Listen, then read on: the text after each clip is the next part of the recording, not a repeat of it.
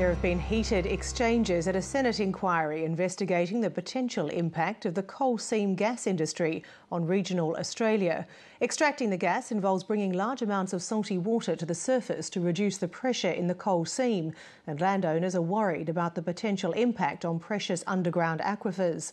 Farmers in the New South Wales country town of Narrabri have told the Senate inquiry they're being heavied by companies with gas interests. But the companies which operate in the area say they're not bullies and they'll negotiate with landowners. Environment reporter Sarah Clarke attended today's hearings. It's some of the richest cropping country in Australia, but it's what's beneath the soil that's got farmers locking their gates. At the end of the day, we're going to fight as hard as we possibly can to protect our livelihoods. Doug Cush is a third-generation farmer, but he says his family's future on the land is now at stake as coal seam gas companies target this region for exploration. Once they're in here, I believe between Narrabri and Gundawindi on the eastern side of the Newell Highway will be lost forever. Today, farmers delivered a blunt message to a federal Senate inquiry investigating the industry's impact on rural Australia. Irrespective of you're on prime agro country or the greatest lump of rubbish country you've got, I would ban the whole operation until the science was proven.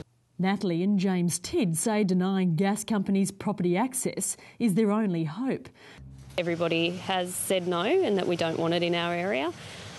So, hopefully that's something to be proud of, I think, and it just shows that, you don't necessarily see your neighbours very often, but everyone is united. But the gas company's next option is to take them to court. At the end of the day, it's all we've got, and, we live with the threat of arbitration now. There is really no process. Farmers are really at a disadvantage, and farmers have no say in the process whatsoever, and that is simply unacceptable.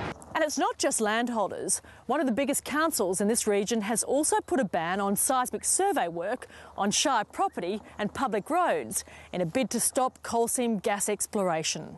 You can't eat coal, you can't drink gas. In 20 years' time, what's going to be happening? Who's going to be feeding Australia? And it's what we do best up here. We just want to be left alone to do it. But one of the biggest coal seam gas operators in this region told the hearing the two industries can coexist. It is our absolute intention to have dialogue with people and to find a cooperative approach whereby we can unlock the resource that this state desperately needs. The farmers here are yet to be convinced. There's been a lot of tears and a lot of worrying, and also not just on myself to watch my family go through that, my sister. That's difficult. Sarah Clarke, Lateline.